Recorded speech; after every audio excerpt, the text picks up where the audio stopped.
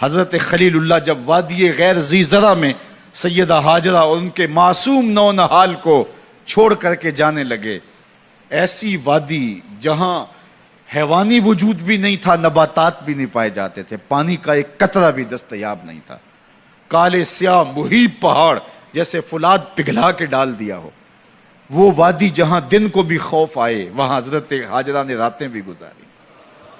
کتنا دردناک لمحہ تھا۔ جب سحری کا وقت ہوا، حضرت خلیل اللہ دعائیں دے کے رخصت ہونے لگے، حضرت ہاجرہ سلام اللہ نے آگے بڑھ کے اپنے شوہر نامدار کا دامن پکڑ لیا، تمسکت بعضیالہ، دامن پکڑ کے بولی، میرے شوہر نامدار، اس مہیب وادی میں، اس پہاڑوں کے دامن میں جہاں دن کو بھی خوف آئے، نونہال معصوم کے ہمراہ مجھے چھوڑ کے کہاں جا رہے ہو؟ حضرت خلیل اللہ نے کوئی جواب نہیں دیا۔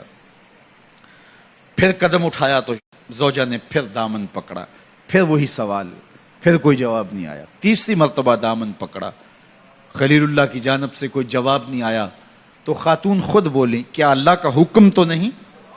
تو حضرت خلیل اللہ نے کہا، نعم، ہاں اسی کا حکم ہے۔ حضرت ہاجرہ نے دامن چھوڑ دیا، کہا جائیے، خیر سے جائیے، اگر اس کا حکم ہے وہ ہمیں ضائع نہیں ہونے دے گا۔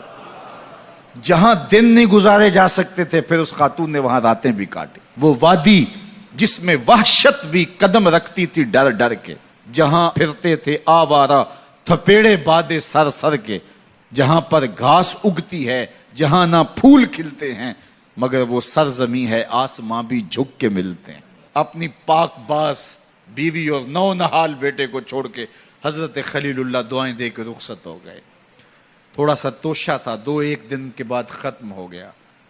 پھر ماں کی چھاتی سے دودھ بھی خشک ہو گیا، نونہال پیاس سے تڑپنے لگا۔ ماں تو پھر ماں ہوتی ہے، تڑپتی ہوئی ممتا کا دل بے قرار ہوا۔ ایک پتھر کے سائے میں معصوم اسماعیل علیہ السلام کو لٹایا اور پانی کی تلاش میں جبل صفا پہ چڑھی۔ اطراف میں آسمانوں کی طرف دیکھا، کہیں کوئی پرندے اڑتے دکھائی دیں اور پانی کا نشان ملے اور میں وہاں سے بیٹے کے لیے 2 بوند لے آؤں، لیکن کچھ دکھائی نہیں دیا۔ تا حد نظر پھیلا ہوا آسمان ہی آسمان ہے اور پہاڑ ہی پہاڑ نیچے دکھائی دیتے ہیں۔ پھر مروہ پہ آئیں، درمیان میں نشیبی جگہ تھی، وہاں بیٹے کا من موہنا چہرہ دکھائی نہیں دیتا تھا، دوڑ کے گزری اور جا کے صفا پہ گھوم کے دیکھا، کچھ نظر نہیں آیا۔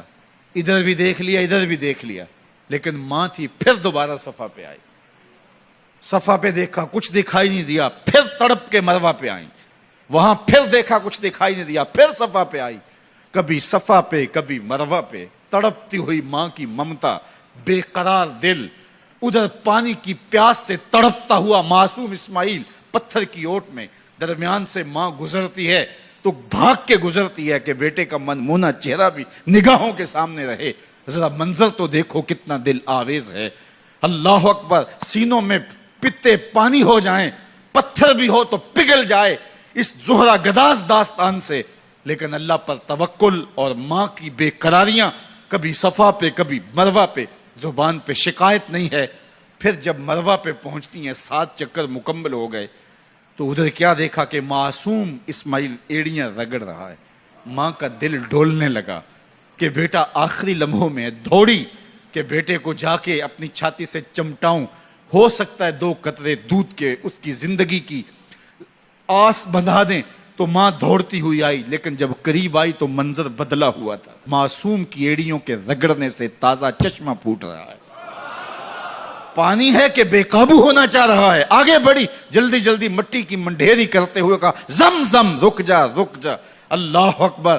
ہاجرہ سلام اللہ علیہا نے حضرت اسماعیل کی محبت اور اپنے رب پر توکل کی انوکھی اور البیلی داستان رقم کی۔ کہا، ہاجرہ تو نے بھی حد کر دی، لیکن قیامت تک تیری راہوں کو بھی جلوہ گاہ بنا دیں گے۔ یہاں نبی بھی دوڑیں گے، ولی بھی دوڑیں گے، غوث بھی دوڑیں گے، کتب اور ابدال بھی دوڑیں گے، شہنشاہ بھی دوڑیں گے، کج کلا بھی دوڑیں گے۔ یہ دوڑنا ہم عبادت بنا دیں گے، حتیٰ کہ امام الانبیاء بھی ان راہوں کی سائی کرتے رہے۔ عجیب رنگ، عجیب منظر اور عجیب کیف کا عالم۔ اچھا، یہاں رک کے ایک بات کرنا چاہوں گا، اگر آپ کی توجہ ہو، جہاں حضرت ہاجرہ دوڑیں اور ان کے مبارک قدم وہاں لگے اور لگ کے ہٹ گئے، عارضی نسبت ہے، مستقل نسبت نہیں ہے. جہاں ان کے قدم لگ کے ہٹ گئے وہ جگہ تو جلوہ گاہ بن گئی، اور جہاں حضور خود جلوہ فرما ہیں وہ گنبد خضرا جلوہ گاہ کیوں نہیں ہو سکتا ہے؟ اب یہ پانی جہاں حضرت اسماعیل کے قدم لگے، یہ پانی دنیا کا عظیم ترین پانی ہے، اور پھر اس کا پروٹوکول یہ ہے، اس کو کھڑے ہو کے پیا جاتا ہے. یار یہاں بھی روک کے ایک بات کہہ دوں، حضرت اسماعیل کے قدموں کو چھونے والے پانی کا پروٹوکول ہے کہ اس کے لیے کھڑے ہو جائیں، اور حضرت اسماعیل مسجد اقصیٰ میں جس کے پیچھے کھڑے ہو کے نماز پڑھتے ہیں اس امام کے لیے کھڑے ہو کے مصطفیٰ جان رحمت پہ لاکھوں سلام پڑھ لیں تو اس میں شرک کہاں سے آ جائے گا؟ تو یہ تکریم ہے، یہ عزت ہے اس پانی کی کہ اس نے حضرت ذبیح اللہ کے قدم چھوئے ہیں. تو یہ سارا حج، اللہ اکبر، ہمیں ہمارے ماضی سے جو